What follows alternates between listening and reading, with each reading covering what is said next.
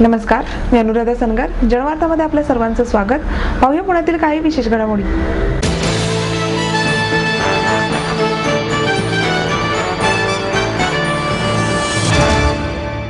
पुणे येथून सहलीसाठी निघालेल्या मात्र रस्त्यातून बेपत्ता असलेल्या 4 जणांचे मृतदेह पोलिसांना मिळाले आहेत. दिवाळीची सुट्टी असल्याने पुणे येथील एका जाहिरात कंपनीत नोकरीला असलेले प्रणव लेले, साहिल कुरेशी, श्रुतिका चंदवानी व चिंतन बीच हे 4 जण सहलीसाठी म्हणून 1 नोव्हेंबर रोजी बाहेर पडले होते. मात्र कापूरहोळ येथे त्यांच्या मोबाईलचे शेवटचे लोकेशन मिळाले होते. गोकर्ण महाबळेश्वरला जाण्याचे त्यांचे नियोजन होते. या 4 चिंतन बीच याचा मृतदेह नीरा नदी पात्रात सापडला होता. त्यानंतर पोलिसांनी अपघाताची शक्यता वर्तवत बाकी 3 मृतदेहाचा शोध सुरू केला होता. त्याप्रमाणे पोलिसांना नीरा नदी पात्रात त्यांची गाडी सापडली आणि त्यात बाकी 3 मृतदेह पोलिसांना सापडले आहेत. या 3 शोध घेण्यासाठी राष्ट्रीय आपत्कालीन मदत कार्य पथकाद्वारे नीरा नदी पात्रात काल सायंकाळी उशिरापर्यंत शोध मोहीम राबवण्यात आली. मात्र अंधारामुळे हे शोध कार्य थांबवण्यात आले होते. ते आज सकाळी 10 वाजल्यापासून पुन्हा सुरू करण्यात आले. त्यानंतर दुपारी 1:30 वाजण्याच्या सुमारास NDRFच्या जवानांना नीरा नदीत गाडी सापडली आणि त्या गाडीत बाकी 3 मृतदेह सापडले.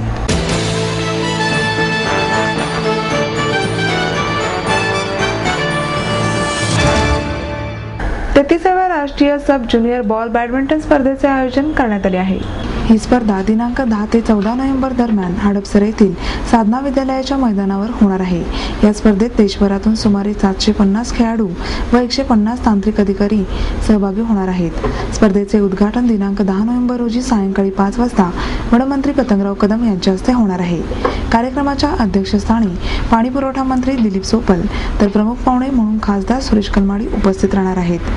स्पर्धेचे पारितोषिक वितरण दिनांक 14 नोव्हेंबर रोजी सायंकाळी 5 वाजता सहकार मंत्री हर्षवर्धन पाटील यांच्या हस्ते होणार असून महाराष्ट्र प्रदेश काँग्रेस कमिटीच्या अध्यक्षा कमल व्यवहारे, महापौर चंचला कोदरे, उपमहापौर सुनील गायकवाड प्रमुख पाहुणे म्हणून उपस्थित राहणार आहेत.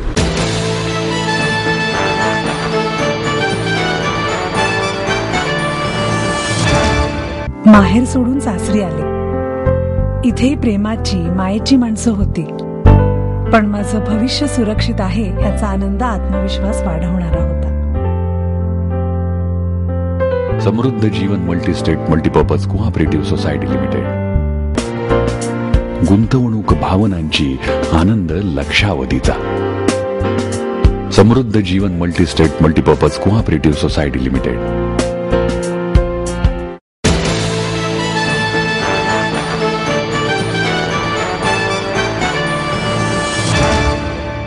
अखिल महाराष्ट्र शाळा मुख्याध्यापक संघाच्या वतीने 53वे राज्यव्यापी शैक्षणिक संमेलन 9 ते 11 नोव्हेंबर रोजी नाशिक येथे होणार आहे. संमेलनाचे संस्थापक रावसाहेब आवारी हे संमेलनाध्यक्षपद भूषवणार आहेत. संपूर्ण राज्यातील मुख्याध्यापकांचा सहभाग असणारे हे पहिलेच राज्यव्यापी संमेलन आहे. मुख्याध्यापकांसमोरील अभ्यासेतर विषय व अंमलबजावणीतील अडचणी, शैक्षणिक व्यवस्थापन व प्रशासन, मंत्रालय केंद्रित होत आहे काय, मोफत सक्तीचा शिक्षण अधिकार, सोयी व नियम कुणासाठी आदी विषयांवर संमेलनात निबंध सादर केले जाणार आहेत. शिक्षकांच्या वेतन श्रेणीबद्दलच्या प्रलंबित मागणीविषयी संमेलनाच्या शेवटच्या दिवशी मतदानाने ठराव मंजूर केला जाणार आहे, अशी माहिती संमेलनाध्यक्ष आवारी, सहसचिव प्रमोद नेमाडे, सहकार्याध्यक्ष KS डोमसे, पुणे विभागाचे उपाध्यक्ष व्यंकटराव भताने यांनी पत्रकार परिषदेत दिली.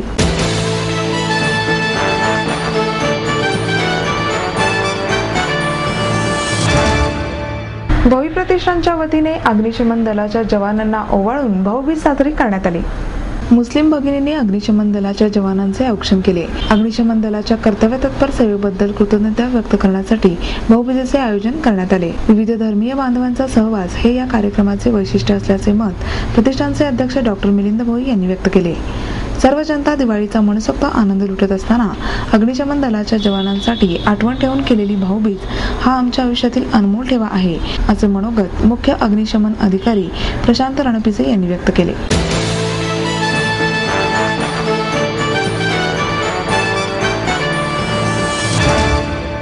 आई वडिलांनी पै जमवून मला शिकवण्याचा निर्णय घेतलेला कळत होता.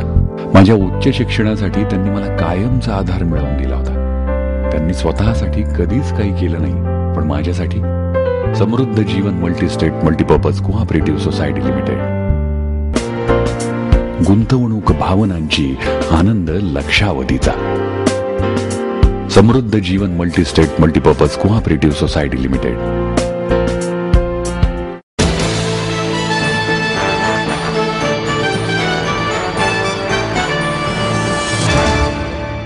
श्रेष्ठ साहित्यिक पु ल देशपांडे यांचा जन्मदिन एकपात्री दिन म्हणून साजरा करण्यात येणार आहे. या निमित्ताने 8 नोव्हेंबर रोजी हास्यवंदना या कार्यक्रमाच्या माध्यमातून या एकपात्री दिनाला प्रारंभ करण्यात येणार आहे. आम्ही एकपात्री या संस्थेने या एकपात्री दिनाची कल्पना प्रत्यक्षात आणली आहे. संस्थेचे अध्यक्ष संतोष चोरडिया यांनी याबाबतची माहिती दिली. संस्थेच्या उपाध्यक्ष उज्ज्वला कुलकर्णी, सचिव बंडा जोशी आणि वंदन रामनगरकर यावेळी उपस्थित होते. दिनांक 8 नोव्हेंबर रोजी सायंकाळी 6 वाजता SM जोशी सभागृहात होणाऱ्या या कार्यक्रमाला ज्येष्ठ अभिनेते श्रीकांत मोघे, ज्येष्ठ निवेदक सुधीर गाडगीळ, साहित्य परिषदेच्या अध्यक्ष डॉक्टर माधवी वैद्य उपस्थित राहणार असून एकपात्री कलाकारांतर्फे हास्यवंदना कार्यक्रम सादर करण्यात येणार आहे. महाराष्ट्राचं लाडकं व्यक्तिमत्व पु ल देशपांडे यांच्या जयंतीच्या निमित्तानं म्हणजेच 8 नोव्हेंबर आपण एकपात्री दिन साजरा करणार आहोत. आम्हा सर्व एकपात्री कलाकारांची अशी मनोमन इच्छा होती की एकपात्री दिन आतापर्यंत साजरा केला जात नाही, तर तो आपण पुलंच्या जयंतीच्या निमित्तानं साजरा करणार आहोत. आणि त्या दिवशी आपण पुलंना हास्यवंदना देणार आहोत. ही हास्यवंदना देणारे कलाकार आहेत सुप्रसिद्ध सूत्रसंचालक निवेदक सुधीर गाडगीळ आणि श्रीकांत मोघे. हे दोन्ही कलाकार आमच्याबरोबर त्या दिवशी सहभागी होणार आहेत. पुलंबरोबर काम केलेले हे 2 कलाकार की जे त्या दिवशी आपला परफॉर्मन्स सादरीकरण करणार आहे. त्याचबरोबर बंडा जोशी, उज्ज्वला कुलकर्णी, साताऱ्याचे अभय देवरे, वंदन रामनगरकर आणि मी स्वतः संतोष चोरडिया असे आम्ही कलाकार त्या दिवशी हास्यवंदना हा कार्यक्रम सादर करणार आहोत. हा कार्यक्रम 8 नोव्हेंबरला SM जोशी सभागृहामध्ये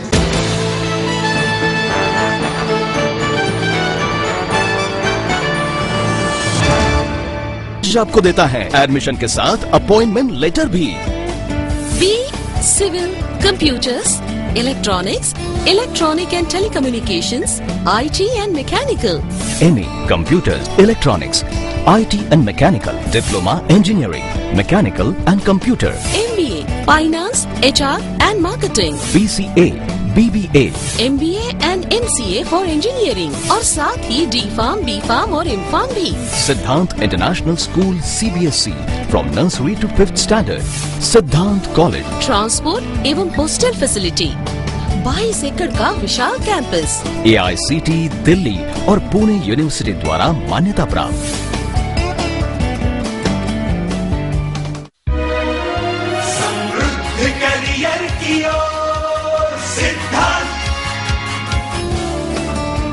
सिद्धांत कॉलेज, सुदुमरे, पुणे. एडमिशन के लिए आज ही कॉल करें या लॉग ऑन करें.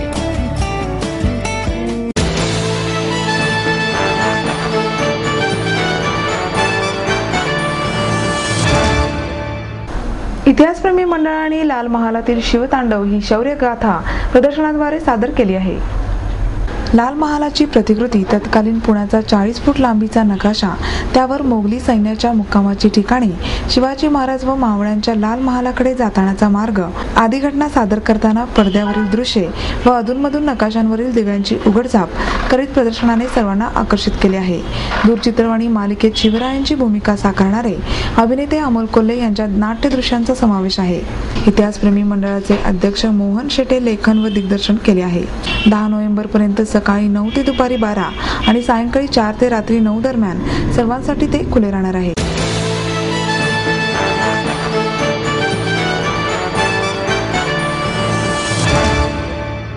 पशुधनाविषयी कृतज्ञता व्यक्त करण्यासाठी शहरातील दुग्ध व्यावसायिकांनी लक्ष्मी रोडवरून म्हशी आणि रेड्यांची मिरवणूक काढली. सजवलेल्या म्हशी आणि रेड्यांच्या मिरवणुकीला गवळणकडून सगर असे संबोधले जाते. गणेशपेठ दूधभट्टीमध्ये दूध विकले जात असल्याने तेथपर्यंत पशूंना आणण्यात आले. शिंगांना रंग लावून आणि बाशिंगे बांधून त्यांची सजावट करण्यात आली. नंतर त्यांची बँड लावून ढोलीबाजा वाजवीत गोट्यापासून मिरवणूक काढण्यात आली. दुपारी 12 वाजल्यापासून 2:30 वाजेपर्यंत दूधभट्टीपर्यंत या मिरवणुका येत होत्या.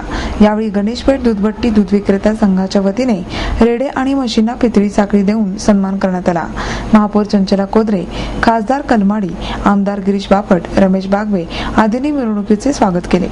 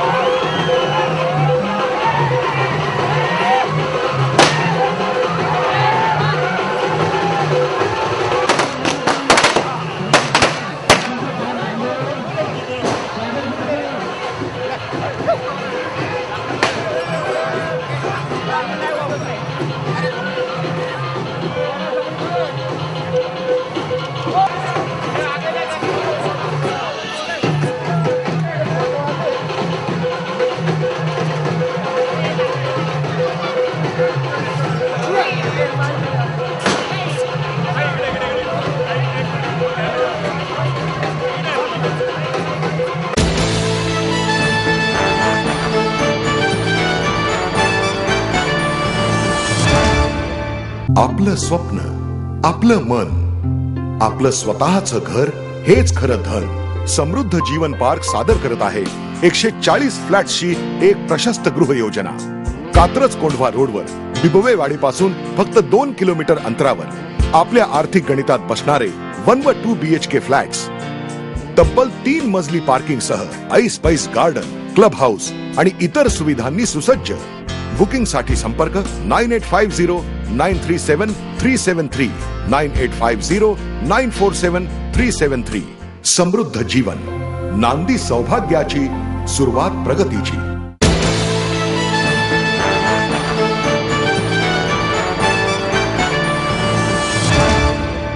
आणि याबरोबरच आजचे बातमीपत्र संपले. उद्या पुन्हा भेटूया याच वेळी. नमस्कार.